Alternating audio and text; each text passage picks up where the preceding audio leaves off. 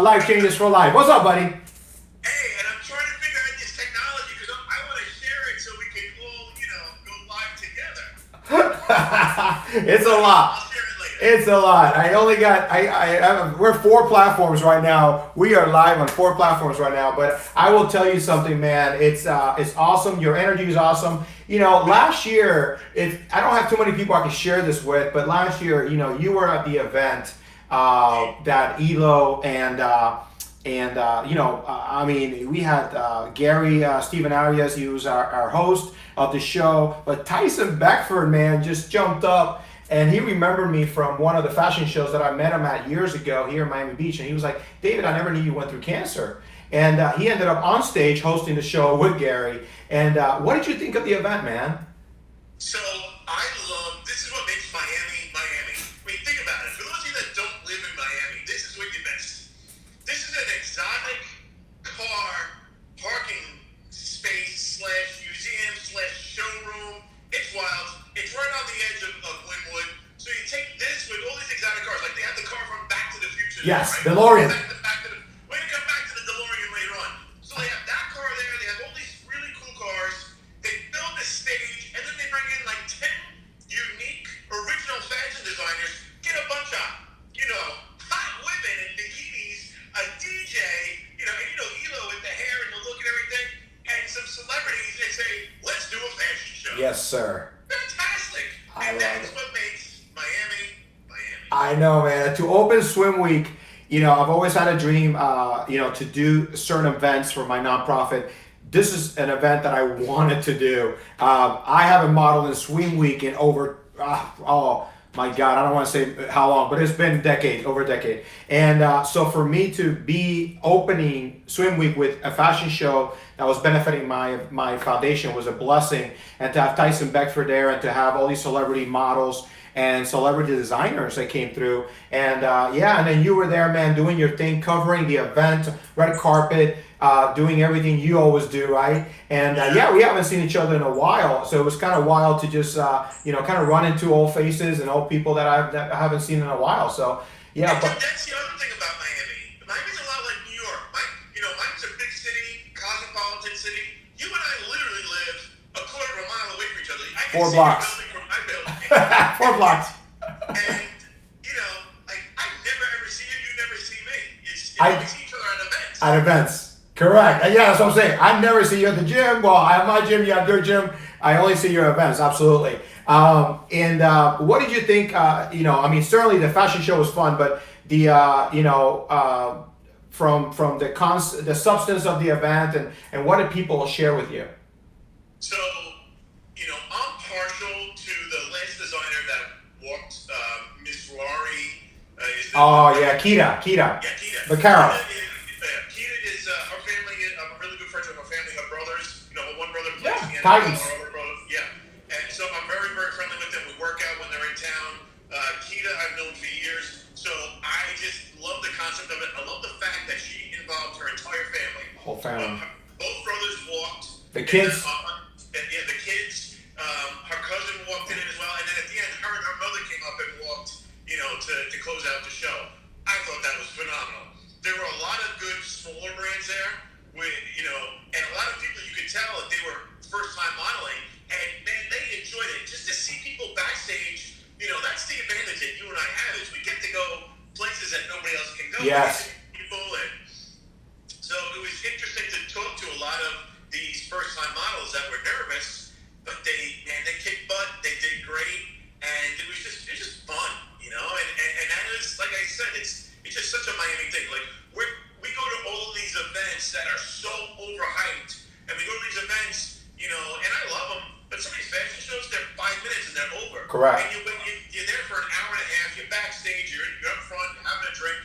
You're mingling, doing whatever. Then the show starts and it's over in 5 to 8 minutes. Yeah. I like the fact that show was, first of all, I got to hear your story, and I knew a little bit of your story, but I didn't know the full story. So I got to hear you speak, and then I got to see all of these, all these other designers. It was at least a 35, 40-minute show. It was great. Yeah, Elo said to me, listen, I want your speech first. I don't want anyone to leave. That place was packed. I'm talking every seat was taken, people standing all around, and he's like, you need to speak, David. You do not want to stay till the end, and then you go speak. I want everyone to hear your story and what you stand for. This is your show. And he made me feel so amazing. I mean, Elo is somebody, I cannot wait to work with him again. We're already in talks to do another event in Wynwood. And and then after the speech, I stood there and I was so emotional about the event, the moment. And then everybody just started talking, and I just don't remember how many people I talked to. It was really an amazing experience, and I met some amazing people that I'm hoping to work with this year for more events for Lifechangers for Life, for sure. And then, but we had never really talked about your story. I just know that you've been on TV, red carpets, you do a lot of producing, and and I see you at a lot of events, but I don't know your story. So I wanted to kind of share that with people, because sometimes everybody thinks that this is what we do and we just jump into this and that's it, and or somebody kind of prepped us for something, right? That's not like, even my career. I have a variety of platforms, from managing businesses and gyms to training to modeling, acting, and hosting was just kind of a hobby, and it's something that I really truly enjoy doing. But more importantly, after cancer, I get to share people's stories. So today I want to give you that opportunity, Ronnie. So tell us a little bit about how you got to where you are now. Man, thank you so much for giving me this platform to share my story, because I like to tell my story, not in a way where I'm boasting, I'm saying, look at how great I am, look what I can do, because that kind of attitude, it turns people off. And I like to share my story to try to inspire others, or to try to coach others. I always look at myself as a coach. I've always coached sports, even in my prior career, which I'll talk about. I've always been in high levels of management, and I never considered myself a manager. I always considered myself a coach. Wow, interesting. And I think that I've been given some gifts. The gift to be able to speak to people, to not have fear to get up. If somebody has to get up in front of a crowd of 500 or 5,000, I've always been the one. Oh, just get Ronnie. Well, Ronnie doesn't know what he's talking about. Ronnie doesn't know about this or that. He knows how to talk to her. It's a gift, it's a talent, buddy. I'll tell you. So I will tell you, I'm going to pick up my story 3 years ago, and then I'm going to get in the DeLorean, and I'm going to go back in time, and then I'll bring it full circle. Amen. So about 3 years ago, I'm next door at the Mondrian, and a friend comes up to me and says, just happened to be there, just having a drink after work, minding my own business. Friend comes up to me and says, hey, this rap group is filming a music video here. They're looking for somebody to play a cop. The person that they hired to play the cop in the video didn't show up. Can you play the cop? It's going to take about an hour. Oh, yeah, sure, whatever. Are you going to pay me, or is this, on the arm, or what is it? Now, I really don't know too much about rap music. I can sing along with the melodies. I know more about reggaeton, Yeah. and salsa than I know about Come rap on. music. Yeah. So, I filmed the video, and it ended up, it was supposed to be for an hour. It turned into 3 days, because they ended up re-storyboarding the entire video, where I became the cop that was chasing the group all around Miami. Oh, wow. Turns out the group is a group you may have heard of called the Migos. Yeah? One of the most popular rap groups in the past 5 years. I had no clue who they were. They got a complete kick out of the fact that I said, wait, are you guys Los Amigos? Like, do hablar español? Like, do eres? And they were like, no, bro, we from Atlanta. Yeah. Okay. Cool. Yeah, it's not a Spanish name for them. I know, yeah. No, I don't even know what it stands for. But we had a lot of fun doing it. The video was great. And then from there, I started doing a lot of Facebook Live videos. And somebody saw me, and I was always out and about doing Facebook Live videos and interviewing people. Somebody saw me, told somebody else about it, and then from there, it just turned into, show up at a swim week event, believe it or not. I show up at the swim week event, here's your camera guy, here's a microphone, go interview models. Let me stop and get a tequila first. Wow. And I went, I did it, it was so much fun, I really, really enjoyed it. And then from there, it just turned into a bunch of these different things. And then in the past 3 years, I've bought all my own camera equipment, designed my own studio, negotiated my own contracts with local networks and NBC, developed my own show, developing other shows, interviewed countless celebrities, where now if I show up at certain events, the celebrities talk to me and not the other people. You know, it's fun. And now I'm developing an entire network, streaming TV network. Yes. And that's going to be on Roku and Apple TV, and just all Miami-based content. It's called Definitely Miami TV, DMTV. So it's been a journey the past 3 years, and it's funny because I have a lot of people that I've known for a long period of since I was little, and they went to college to study the theater, and they've been acting on Broadway and off Broadway and different theater troupes in New York City and Manhattan. And when I tell them what I'm doing, they're like, "We hate you." I'm like, happy for me. Like, understand? Do you know that people work like 20, 25 years? You pick this up as a hobby, and within 2 years, you get yourself on NBC. Yeah. And to me, I say, isn't that the way that it's supposed to happen? Like, you start doing something and you enjoy it, you have a passion for it, and you figure out how to do it, because if you're going to do it, you do it. You just don't tip your toe, maybe your toe in the water, you dive in. Correct. And so that's been my attitude. And the thing, part of my story that I really like to share is that, I have been in the banking business for the better part of 20 plus years. And, I think growing up, that was the expectation, going to the schools that I went to and the things that I did. I think that was the expectation of a lot of people that grew up where I grew up on Long Island, or wherever you grew up. There's always an expectation, oh, you're very intelligent, you're personable, you're good with math, you're good with numbers, you're going to go work in this field. Oh, you're good at designing things, you're good with your hands, you're going to go work in carpentry, or go be working the union or whatever.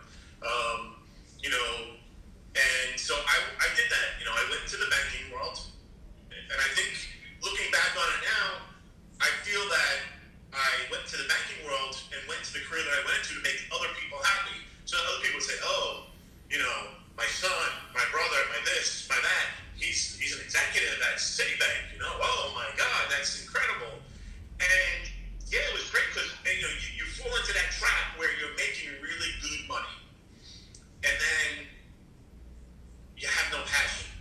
It reminds me of the lyric from Eye of the Tiger. You change your passion for glory. Yeah. So I think that too many people in the world, specifically here in America, you change your passion. What do you want to be in life for the glory of, oh, I have a nice car, I have a beautiful house, I live in a nice neighborhood, I go on nice vacations.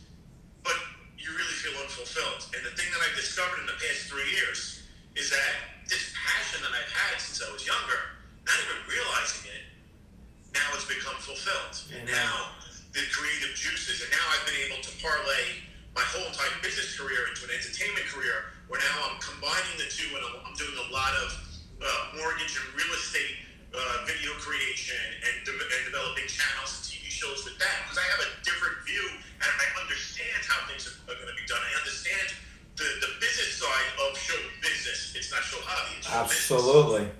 Absolutely. So my message to everybody, if I could share my story, this is the reason why I love to share my story, is whatever you wanted to be when you were little, that's what you should chase. Come on.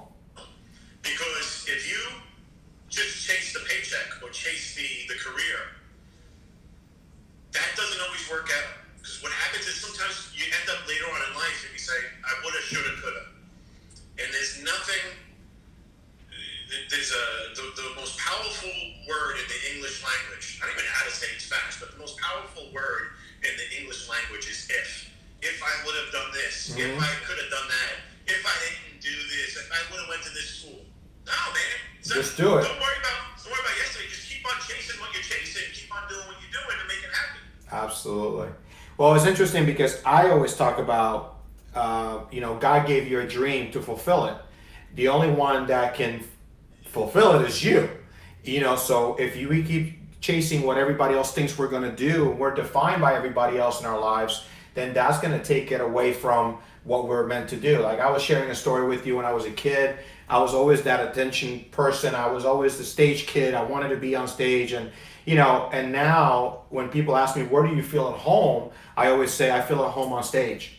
If it's speaking, hosting, acting, whatever it is, that's where I feel at home. And that's where I feel like I'm alive every single time. So, for me, I still get nervous, but it's a good nervous. It's like that nervous when you're in school and you like a girl and you get nervous, but it's a good thing because when they like you back, hopefully they like you back, and it's a good feeling, right? So I always believe in that. So that's a great message, and I promise you, Ronnie, I didn't know that about you. So I know a lot of people didn't even know that about you. They see you in Miami, you're just who you are. And it's funny because Miami does create a celebrity, a home celebrity crowd, right? Like we're like little celebrities in different places here in Miami. But we're not big celebrities. We're not, he's not Pitbull, but still, what's funny about it is that when you do enough events for the community, you do enough events here that people just take you seriously. People know that you're someone that they will always connect with every time they come down. I got people every time they come down, it's like, hey, what are you doing? What is up with Miami? What is going on this weekend? That kind of stuff. So yeah, that's why I love it living here. I really do. So, going from there right now, this season right here, I've canceled, I don't even know how many shows, keynote speaker. I was a keynote speaker for 2 events I had to cancel. My fitness shows, a lot of stuff has been canceled. My other TV show was canceled. What do you think, how are you going through it, and what's your mindset through this season? Man, I tell you, the old saying, life gives you lemons, you gotta make lemonade. I've been making a whole heck of a lot of lemonade, and a little bit of tequila into it, and I've been drinking a lot of it, There have been so many projects and so many plans that I've been developing over the past year, but everything just piles up one on top of the other onto the other. And thankfully, a lot of people are walking around saying, man, I can't believe we can't go to the beach, man. Can't believe I can't go out to dinner. Man, I can't believe I can't go out for drinks and et cetera, et cetera. Man, I can't believe I can't, and I'm saying, thank God I have this time. I have so many projects that I'm finishing. Can't believe it. I mean, we took the streaming channel. We've been able to take so much content and prepare it and then put it together. And now we're in what's called the proof of concept phase. Yes. So we can, so that we can finalize everything with Apple TV and Roku. And then even bigger plans after that. But if I just would have been going about my life and doing everything I'm doing, all these projects would have never gotten completed. So one of the first things I did was just write out a list. This is what I need to do. And just boom, check it off. Assigning it. I need you to do this. I need you to do that. Because that's how things get done. If you just sit there on your hands and say, oh, I want to do this or I want to do that, great. Write it down. Because first thing that you need to do, you need to verbalize it, you need to write it down, you need to put it out in public, you need to tell other people what you're doing. Because when you write it down, when you get to read it, when you tell other people what you're doing, what your plans are, guess what happens? What you want to do, whatever your dream, whatever your goal, whatever your ambition is, it gets done. Yeah. 100%. 100%. And it's very true. I've been editing videos, looking at back content from the last few years. Speeches that I haven't even put out. I just put them out this week.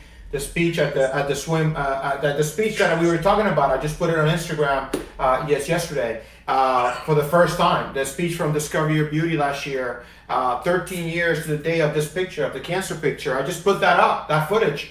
I've been finding a lot of stuff in my TV show in Spanish as well. A lot of editing, a lot of stuff like that I never would have had time to do it, Ronnie. Never. Because I'm always on the go. I'm, clients and coaching and whatever I'm doing, I'm always on the go. What's the next event? What's the next thing? So yeah, for me, that's what it's meant. It's giving me this time to write my book, my cancer book. I'm finishing my cancer book finally. There's a lot of things that are on the works. But the funny thing is, I talk to people every day, and half the people, man, because they're so uncertain, they don't even take the step to go forward because they don't know what tomorrow brings. I say, well, I never know what tomorrow brings. I never know if tomorrow's never promised. So I've always lived with just what. Everybody knows that. You know that. What can I do today? I mean, if for me, it was always like, if I can get up out of bed, I can eat, I can take a shower, do whatever. I feel blessed. I feel like, okay, I'm not sick. I don't have cancer. I don't have a tumor. I'm not, I'm not weak. I'm not, I have my issues, after chemo, but I still go on. And I said, I don't look at life like tomorrow, I'm just going to do it. And here's the thing, if I die tomorrow, do you understand how much footage is going to be out there of me? So it doesn't matter.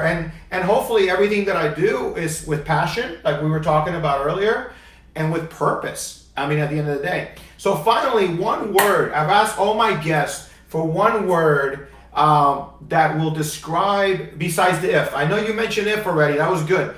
But one word, people use gratitude, love, seasons, consistency, obedience. What is one word that you think that you could share and then give us some words of wisdom out of that word to give people hope? Right now, we're just trying to give people hope to get up. Just get up. There's people right now that can't even get out of bed, Ronnie, and they're not sick. They're not even sick, but they're just, the mental state is truthful right now. We're in an uncertain season, right? What's one word that you can give us that's going to give us a little pump? Man, there's one thing. I'm full of energy. I'm a ball of enthusiasm, and I'm a huge believer in positive thinking. And there's one word. It's in the title to my show. It's definitely. Definitely. The one word. When people say, "Hey, you want to go to dinner?" Definitely. Not yay. Oh, well, let's say no. Definitely. Let's go for dinner. And I can relate a quick story with you. You know, my son is an NYPD cop. Okay. And he tested positive for coronavirus. Oh, wow. And when he called me and told me, and he had, and New York is the epicenter. And I said, don't worry, you're definitely going to survive this. This ain't nothing. Like, you're young, you're strong, you're healthy, and you've got a good immune system. You're going to get over this. You need to eat a lot of citrus. You need to do this. 2 weeks later, and you know what? He was in quarantine, no medicine, just had a good diet, got a lot of rest, fresh air, and tested negative the other day after being 2 weeks in. Thank you for sharing that. I told him, you're definitely going to survive this. Don't worry about it. Amen. Thank you, Ronnie Eith, executive producer TV. And now I cannot wait to share with you all the projects he's working on, because he just gave us a little bit today, but I know he's like me, man. We have multiple platforms, and we certainly are going to take advantage of them for sure. So, he talked a little bit about if, right? He talked about how if, don't ever if anything, just go do it. But definitely was his word to do today. Definitely take that chance, take that moment, make that phone call, text that person, share a message with someone today that maybe they need it. Reach out to that person you haven't reached out to in a long time. Finish that project. Definitely write your book. Definitely take care of your homework, right? For you students out there. Definitely. I love the word. Thank you, Ronnie, for that. For me, I live every day like it's my last. So I definitely take every advantage of every opportunity. And like I always say, as I finish this segment, is find hope, have faith, and live every day with purpose. Again, this is another segment of Life Changes for Life. I am your host, humbly, David Octavio Gandell, signing off. Till next time. God bless you guys. Take care.